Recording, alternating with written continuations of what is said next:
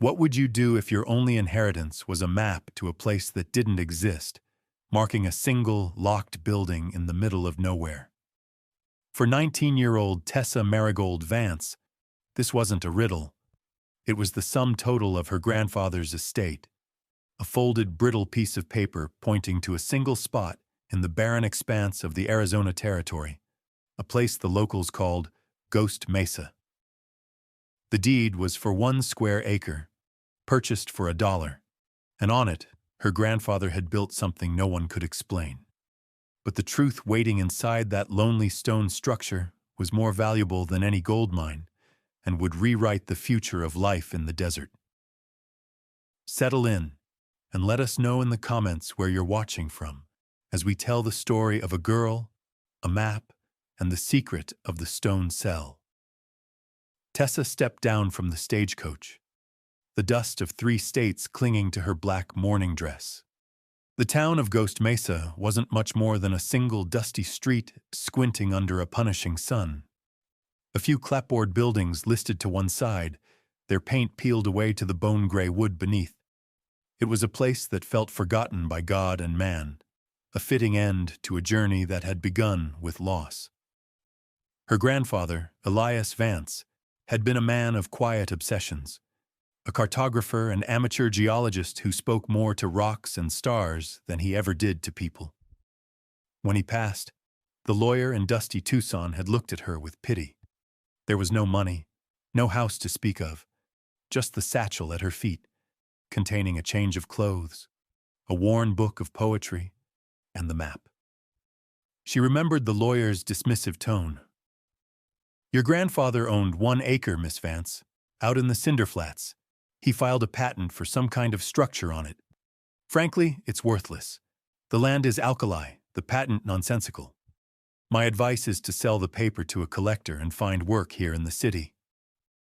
But Tessa had seen the look in her grandfather's eyes when he spoke of his project. It wasn't the wild gleam of a madman. It was the steady, focused light of a man who had found his life's purpose. To abandon it felt like a second burial. So she had taken the last of her savings and bought a one-way ticket to the closest settlement, Ghost Mesa. The air smelled of hot sand, horse manure, and the faint, bitter scent of creosote. Men leaning against the porch posts of the saloon stopped their whittling to watch her, their eyes lingering with a mixture of curiosity and suspicion. A young woman, alone, dressed in sorrow, was an anomaly here. She ignored their gazes, pulling her worn shawl tighter around her shoulders despite the heat, and walked toward the livery stable. Inside, the air was cooler, thick with the scent of hay and liniment. An old gelding stood in the last stall, his coat the color of a dusty road, his head hanging low. "That'll be dust," the stable master said, not unkindly. "Your grandfather's horse. Board's paid for the month. After that, well." He let the sentence hang. Tessa walked to the stall. The horse lifted his heavy head, and his dark, liquid eyes met hers. There was a weariness in them she recognized in herself. She reached out a hand and stroked his velvety nose. He didn't flinch, just let out a long, slow breath, a sigh of resignation. He was her only family now, her silent companion. She paid the man for a saddle and bridle, her small purse feeling considerably lighter. That evening, in a small, stuffy room above the general store, she spread the map out on the lumpy bed. It was drawn with meticulous care, the elevation lines delicate as spider silk, but all the detail only served to emphasize the emptiness. In the center of a vast, featureless plain labeled Cinder Flats, there was a single hand-drawn square with an X through it. Beneath it, her grandfather's script read simply, "The Cell." No explanation, no legend, just a location. The weight of the unknown pressed down on her, as heavy and hot as the desert air. What had he built out there? And why had he locked it away? The next morning, Tessa went to the general store to purchase supplies. The place was a jumble of barrels, sacks, and hanging hardware. presided over by a man with a florid face and a superior smile. He introduced himself as Silas Croft, the owner of the store, and, he made it clear, most everything else in Ghost Mesa worth owning. When Tessa laid out her meager list, a sack of flour, dried beans, a small side of bacon, 2 large canteens, he eyed her with open amusement. "Planning a long stay, missy?" he asked, his voice slick with condescension. Not much out here for a pretty thing like you." She met his gaze without flinching. "Just seeing something of my grandfather's." Croft laughed, a short, barking sound. "Elias Vance? The old mapmaker? Heard he left you his palace out in the flats." He leaned over the counter, his voice dropping to a conspiratorial boom that carried through the entire store. "Let me give you some advice, free of charge. There's nothing out there but sun and snakes. He wasted the last 10 years of his life on that pile of rocks. Don't you go wasting your youth on it, too." She paid for her goods in silence, packed them into the saddlebags on Dust's back, and rode out of town without a backward glance. The mockery felt like a physical sting, but it also hardened something within her. It was the same tone the lawyer had used, the same dismissal her grandfather had likely faced his entire life. The trail leading out of Ghost Mesa quickly dissolved into a faint track in the sand, marked only by the skeletal remains of sun-bleached Ocotillo. The heat was a living thing, pressing down from a sky the color of faded denim. Hours passed. The landscape was brutally monolithic, red rock and pale sand, broken only by the shimmering waves of heat rising from the ground. Dust plodded onward with a steady, uncomplaining rhythm, his familiarity with the terrain her only comfort. Then she saw it. At first, it was just a dark speck on the horizon, a smudge against the vast, empty canvas of the desert. As she drew closer, it resolved into a shape. A low, square building of dark, almost black stone. It stood utterly alone, with no road leading to it, no fence, no other sign of human habitation for miles in any direction. It was as alien as if it had fallen from the sky. She reined Dust to a halt a few yards away. The silence was absolute. The structure was perhaps 10 feet high and 15 feet square, with no windows. The stones were fitted together with perfect precision. On the east-facing side was a single, heavy door made of thick, rust-pocked iron. In its center was a strange, star-shaped indentation, like a keyhole for a key that couldn't possibly exist. She dismounted, her boots sinking into the soft, cinder-like soil. She walked around the cell, running her hands over the stone. It was cool to the touch, impossibly cool in the blistering afternoon sun. She pushed on the door. It was immovable, solid, locked tight. A wave of profound disappointment washed over her. It was just what Croft had said. A pile of rocks, a folly, a tomb for a dead man's dream. What was she doing here? What had she expected to find? Had her grandfather truly lost his mind in this desolate place, leaving her nothing but a monument to his own madness? Let us know in the comments, would you have turned back right then? Or would you have stayed? Subscribe for more stories of forgotten history, because what Tessa chose to do next would uncover a secret that lay buried not in the ground, but in the very stone itself. Tessa returned to Ghost Mesa only when her water ran low, a journey she made with a heavy heart. The town felt different now. Before it had been indifferent. Now it was openly derisive. Her 2-day vigil at the stone cell had become local lore, a story told with chuckles in the saloon and knowing smirks over fence posts. As she filled her canteens at the public pump, she could hear the whispers. Vance's girl. Chasing a ghost, just like the old man. Silas Croft stood on the porch of his store, arms crossed, a smug grin plastered on his face. He caught her eye and tipped his hat in a gesture of mock respect. "Find your treasure yet, Miss Vance?" he called out, loud enough for half the town to hear. The men with him laughed. Tessa ignored him, her face a stoic mask, focusing on the rhythmic squeak of the pump handle. Each creak felt like a judgment. She was a fool, and this town was her jury. She had become the local curiosity, the punchline to a joke her own grandfather had written. Finished, she turned to lead dust away when a voice, quiet as the rustle of dry leaves, stopped her. The desert drinks at night. She turned to see an old woman sitting in the shade of a mesquite tree, her face a roadmap of wrinkles, her hands busy sorting a bundle of dried herbs. She was Teodora, a woman the townspeople mostly avoided, a curandera who lived on the edge of the settlement and spoke in riddles.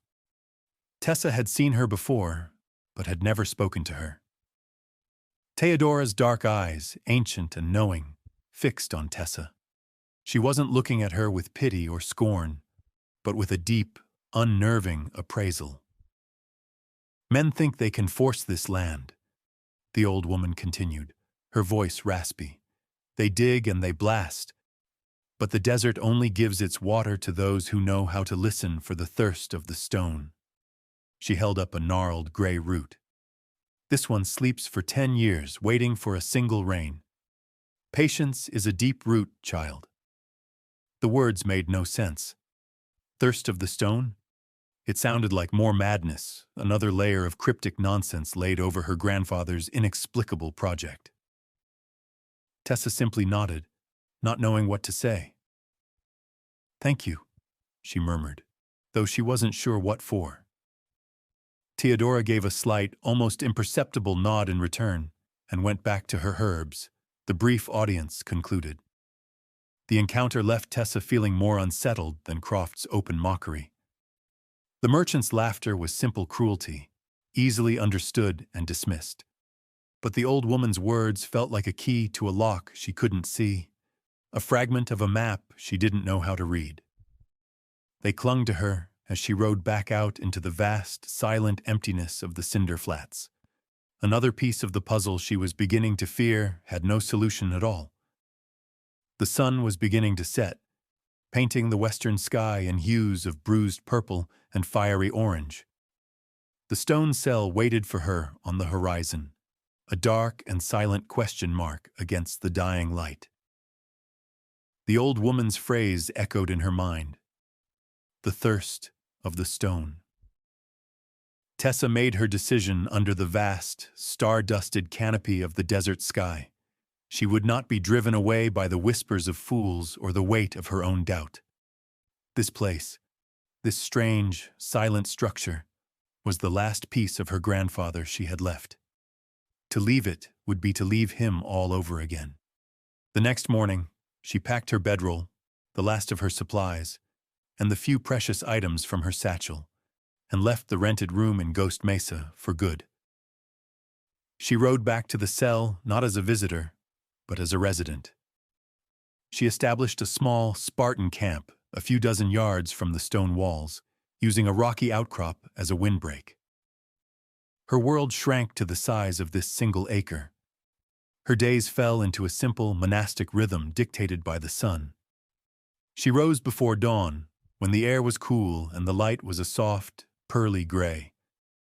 She made a small fire, cooked her meager breakfast, and shared a portion of her water with Dust, who had become her steadfast, silent confidant.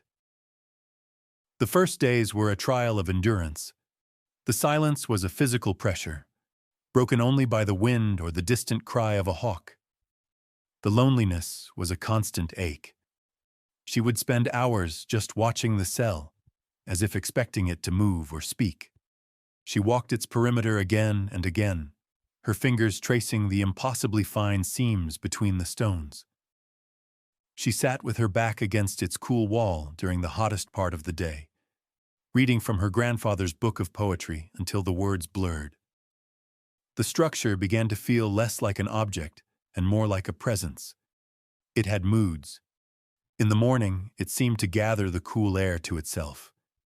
In the afternoon, it was a bastion against the oppressive heat. And in the evening, long after the sun had set and the surrounding sand had grown cold, The stones radiated a gentle, stored warmth. She would often fall asleep with her hand resting on the ground, feeling that faint heat seep up through the earth. She spoke to dust constantly, her voice a low murmur in the immense quiet. "He must have had a reason, old friend," she'd say, stroking his neck as he munched on the dry grasses she gathered for him. "Men like him don't do things without a reason." The horse would flick an ear, his large, dark eye fixed on her, his presence a warm and reassuring weight against the crushing emptiness of the landscape. Sometimes, a memory of her grandfather would surface, sharp and clear. She remembered him sitting at his large drafting table, his face illuminated by a kerosene lamp, his hand moving with painstaking precision as he drew his maps. He had once told her, "A map isn't just a picture of a place, Tessa. It's a promise. It's a story of what's possible." She held on to that. This place, this cell, was the end of his last map. It had to be a promise of something. One evening, as a sliver of moon rose over the distant mountains, she felt a profound sense of despair wash over her. She was 19 years old, alone, with almost no money, camped beside a locked box in the middle of a wasteland. Her quest felt absurd, a child's fantasy. She buried her face in dust's mane, her shoulders shaking with silent sobs. The horse stood perfectly still, absorbing her grief. When the tears subsided, she looked up at the cell, its dark form silhouetted against the star-strewn sky. It looked patient, unmovable. It had waited this long. It could wait a little longer, and so could she. A quiet resolve settled in her heart. She would not be broken by this place. She would learn its language. A week bled into 2. The desert, which had at first seemed static and dead, began to reveal its subtle life. Tessa learned the paths of the lizards, the habits of the night-flying moths, the exact moment the evening primrose would unfold its pale, luminous petals. And as she watched the world around her, she began to notice things about the cell, small details that refused to fit the narrative of a simple, solid box. The stone, she realized, was not uniform. Her grandfather had used a variety of different rocks in its construction. Some were dark and volcanic, smooth as river stones. Others were lighter, a porous, sandy-colored rock that seemed almost like a sponge. They were arranged in a deliberate pattern, a mosaic of texture and color that was most visible in the low, raking light of dawn and dusk. One morning, tracing the wall with her hand, she felt it, a network of tiny, almost invisible grooves etched into the surface. They weren't cracks or flaws. They were deliberate, forming a delicate, web-like pattern that covered the entire structure. They all seemed to slope gently downward, channeling something toward the base of the walls. That evening, a rare bank of clouds rolled in from the east, and a light mist, too fine to be called rain, began to fall. Tessa watched, fascinated as the porous stones seemed to darken, drinking in the moisture. The fine film of dew that coated the smooth stones was caught by the tiny grooves and guided, drop by precious drop, down the walls to the ground. She knelt and saw where the water was going, into a shallow, sand-filled trough that circled the entire base of the cell, which she had previously dismissed as a simple foundation. The structure was designed to weep. It was a harvester of dew. Then there was the sound. On still nights, when the wind died down completely, she could hear it. A faint, low-frequency hum that seemed to emanate from within the stone itself. It was a deep, resonant thrumming, like a sleeping giant's breath. It would begin just after midnight and cease precisely at sunrise. At first, she thought she was imagining it, her mind playing tricks in the profound silence. But Dust heard it too. The old horse would often stand near the cell in the dead of night, his ears pricked, his head cocked as if listening to a conversation she could not comprehend. And it was Dust who gave her the final, most important clue. The horse had a habit of nudging her hand for attention, a gentle but insistent push with his nose. One afternoon, he did the same to the iron door of the cell. He nudged it once, twice, then rested his nose directly on the star-shaped indentation in the center. He huffed, a soft puff of air, and looked back at her, his eyes seeming to hold a question. He nudged the spot again. It wasn't random. He was showing her something. She had assumed it was a keyhole, a place for a key she did not have. But looking at it now, prompted by her silent companion, she saw it differently. It wasn't a hole. The star was solid metal set into the plate of the door, and around its edge, she saw tiny, almost worn-away markings, like the numbers on a compass rose. It wasn't a lock. It was a dial. The discovery that the star was a dial, not a keyhole, electrified Tessa. It shifted everything. Her grandfather hadn't left her locked out. He had left her a puzzle, a mechanism. She raced to her saddlebags and rummaged through the small canvas roll of tools her grandfather had always carried with him. It held a hammer, some files, a few odd-shaped bits of metal, and at the very bottom, wrapped in an oilcloth, a heavy, star-shaped wrench. She had never known its purpose. It was a perfect match for the dial on the door. Her heart hammered against her ribs. This was it. The key. With trembling hands, she fitted the wrench onto the dial. It slid into place with a satisfying click. She took a deep breath and pulled. Nothing.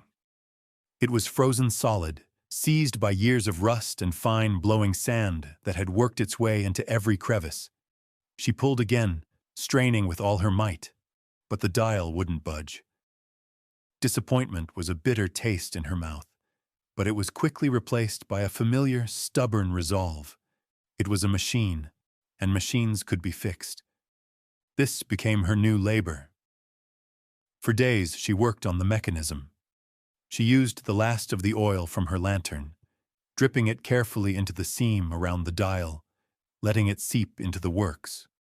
She used a small file to painstakingly clean the sand and rust from every groove she could reach.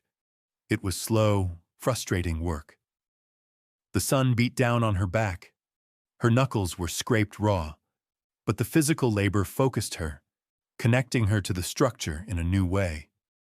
As she worked, she felt a kinship with the man who had built it. She could almost feel his hands on the stone, his mind calculating the angles, his patient effort in the face of this vast, indifferent landscape. She was no longer just a visitor or a guardian. She was a participant in his work. She cleared the sand and debris from the shallow trough at the base of the cell, uncovering the full extent of the channel system.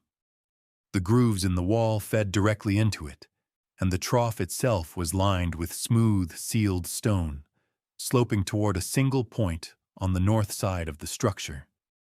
The whole building was an ingenious passive water collector, designed to harvest every last drop of atmospheric moisture.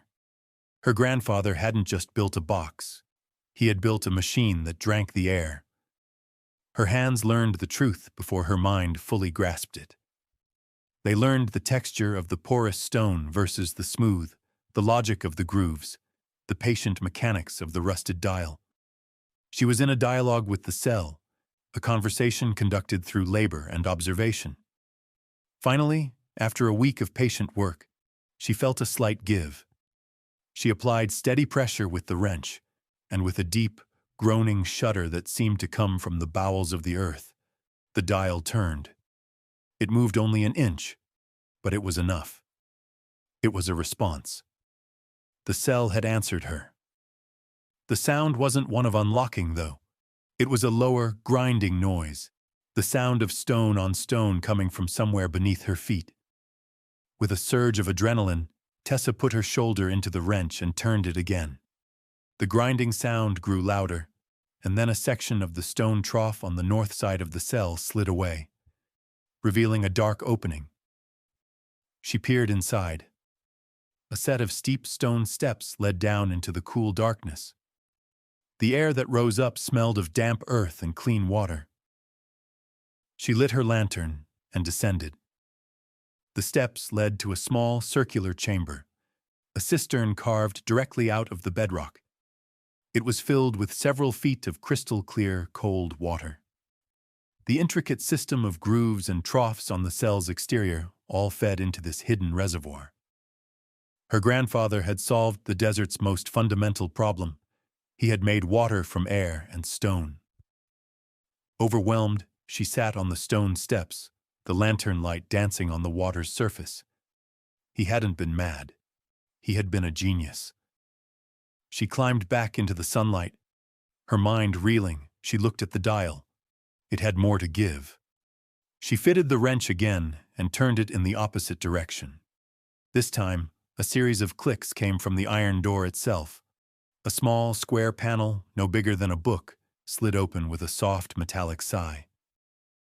It wasn't the whole door, just a compartment set within it.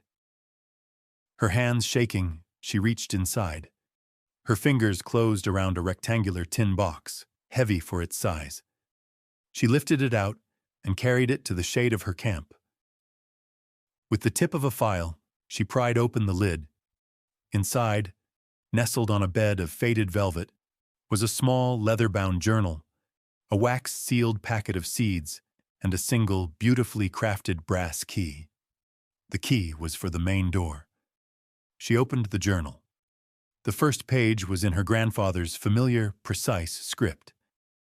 "My dearest Tessa," it began, "if you are reading this, then you have been patient. You have listened. You have understood. This is not a fortress or a tomb. It is a beginning. I call it a life cell." He went on to explain everything: the porous, hygroscopic stone that absorbed moisture from the night air, the internal baffles that encouraged condensation, the cistern, the purpose. It was a self-sustaining nursery, an ark for life in the most lifeless of places. The final entry was dated just a month before his death. "The system is stable, the cistern is filling, but the door must not be opened until after the first true rain, to ensure the internal humidity is balanced for the planting. The key is for you. The seeds are for the future.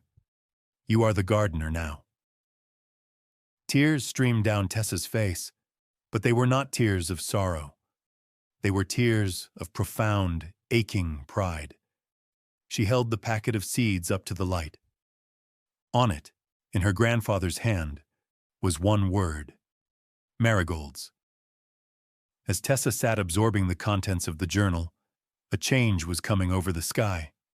The brilliant, cloudless blue had deepened to a bruised, unsettling shade of yellow-gray on the western horizon. The wind, which had been a gentle breeze, picked up suddenly, carrying a gritty taste of dust. Dust, the horse, grew agitated, stamping his feet and snorting, his eyes wide and fixed on the approaching wall of darkness. Tessa had heard stories in town of the great dust storms, the haboobs that could rise up without warning, scouring the landscape and choking all life. She had never seen one.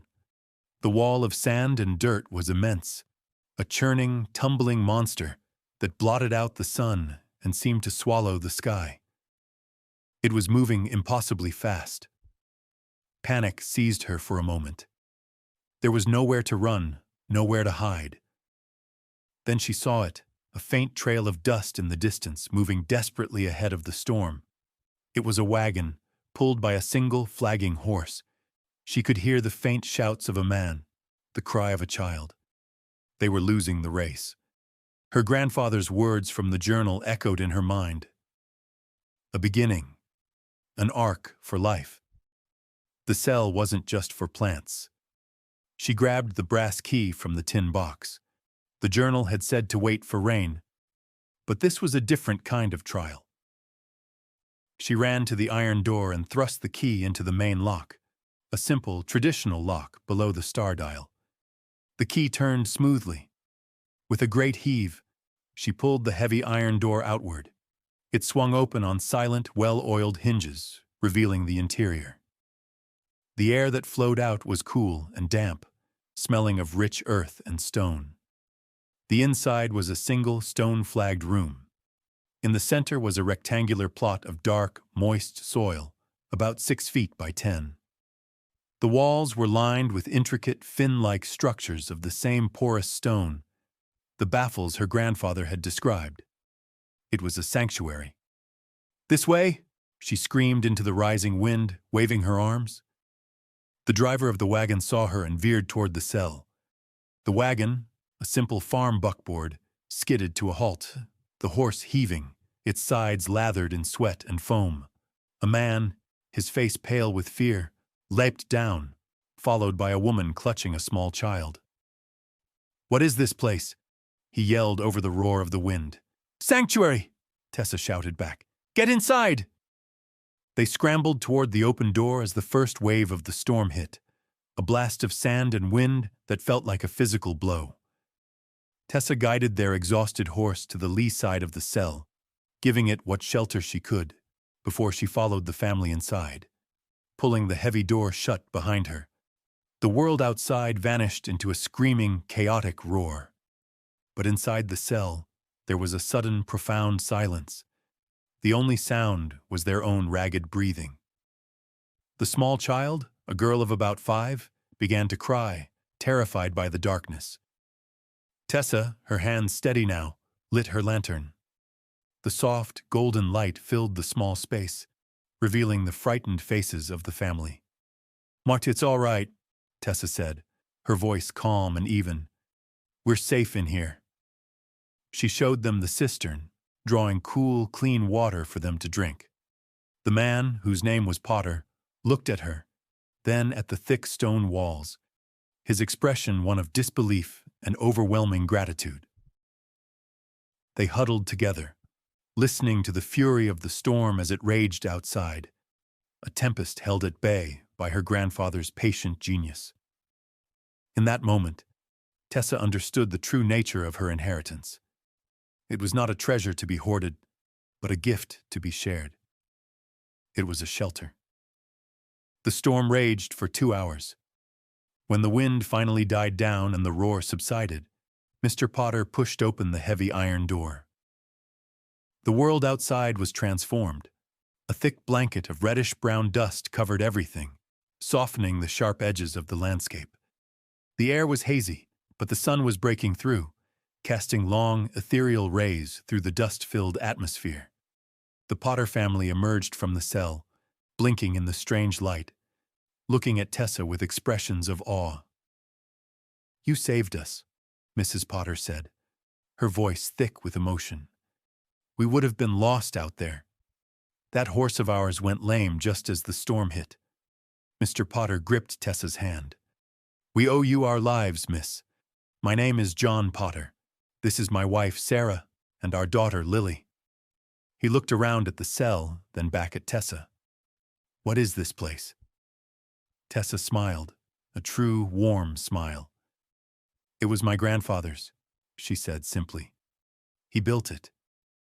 After ensuring their horse was watered and tended to, the Potters made their slow way back to Ghost Mesa, promising to send help for their broken wagon. When they arrived in town, their story spread like wildfire. It was not a tale of a fool's errand, but of a miraculous rescue. They described the strange stone building that had appeared out of the dust, the cool, quiet interior, the clean water, and the young woman who had given them shelter. The townspeople were stunned into silence. The whispers of mockery were replaced by murmurs of wonder. Silas Croft heard the story from Potter himself and was, for the first time in anyone's memory, speechless. The laughter had died in his throat. A few days later, Ben, the freighter who had known Tessa's grandfather, made a special trip out to the cell. He brought fresh supplies and a letter from the Potters, filled with gratitude. He looked at the cell, then at Tessa, his weathered face breaking into a proud grin. "Elias always said he was building something important," Ben said, his voice gruff with emotion. "He wasn't wrong. He'd be so proud of you, Tessa." The tide had turned. People from Ghost Mesa began to ride out, not to gawk, but to see. They would stand at a respectful distance, looking at the stone structure that had saved a family. They saw it now not as a folly, but as a wonder. The vindication was quiet but profound. The ultimate confirmation came a week later, in the form of a traveling geologist from a Boston university who had been in the territory surveying for a new rail line. He heard the potter's story in a neighboring town and, his curiosity piqued, hired a guide to take him to the cinder flats. He was a tall, methodical man with spectacles and an air of academic authority. He spent an entire day at the cell, examining the stone, tapping the walls, studying the journal Tessa showed him. He took samples of the different rocks and tasted the water from the cistern. As the sun began to set, he turned to Tessa, his face alight with intellectual excitement. "Miss Vance," he said, his voice hushed with reverence, "do you have any idea what your grandfather accomplished here? This is revolutionary. He's created a passive atmospheric water condenser using principles of thermal mass and hygroscopic geology that academics are only just beginning to theorize about. This isn't just a building, it's a blueprint for survival. This could change everything out here." Croft, who had ridden out with the geologist, hoping to debunk the story, stood by, his face a mask of humbled astonishment. The land he had dismissed as worthless held a secret worth more than any gold he could ever dig from it. The sun was a fiery globe on the horizon, bathing the cinder flats in a warm, golden light. The dust from the storm had settled, and the recent moisture had coaxed a faint blush of green from the desert floor. The visitors were gone. The geologist had returned to the east, promising to publish a paper on Elias Vance's remarkable invention. The townspeople had returned to their lives, their perception of the Vance legacy forever altered. It was quiet again at the cell, but it was a different kind of quiet. It was no longer the silence of emptiness, but the silence of peace. Tessa stood at the open door of the cell, with Dust standing patiently behind her, his warm breath on her shoulder. The air inside was cool and smelled of life, of damp soil waiting. She had spent the last few days preparing the plot of earth in the center of the room, turning it with a small spade from her grandfather's tool roll, feeling its rich, dark texture. She reached into the pocket of her dress and pulled out the small, wax-sealed packet of seeds. Her grandfather's handwriting was steady and clear. Marigolds. A simple flower. Not corn, not beans. A flower. She remembered asking him once why he loved them so much. He had smiled. "Because they're stubborn," he'd said. "They're bright and tough, and they bring color to forgotten places." Now she understood. He wasn't just trying to see if something could grow. He was making a statement. That life and beauty could take root in the harshest of lands. She broke the wax seal and poured the tiny dark seeds into her palm. She knelt on the stone floor, her knees cool against the flags, and let her fingers sink into the waiting earth. One by one, she pressed the seeds into the soil. She was not just planting flowers, she was planting a promise. She was completing the last sentence of her grandfather's story. When she was finished, she stood up and looked out at the vast, beautiful, and now promising landscape. The sky was shifting from gold to a deep, velvety violet. She thought of the mockery, the doubt, the loneliness, and the quiet, miraculous vindication. She looked back at the small plot of earth, a patch of hope in a house of stone. She finally understood the full scope of his vision, the love and patience that had built this place. In a quiet murmur, to herself and to the spirit of the man who had left her this legacy, she said the words that held the entire truth of it. "He wasn't building a prison," she whispered. "He was building a garden. Thank you for staying with us for this story of quiet inheritance and the profound strength found in patient stewardship." If Tessa's journey moved you, Please consider liking this video and leaving a comment below. Don't forget to subscribe for more tales of hidden history and the remarkable people who write it. We'll be back soon with the story of a forgotten lighthouse and the secret it kept for 100 years. Until then, take care.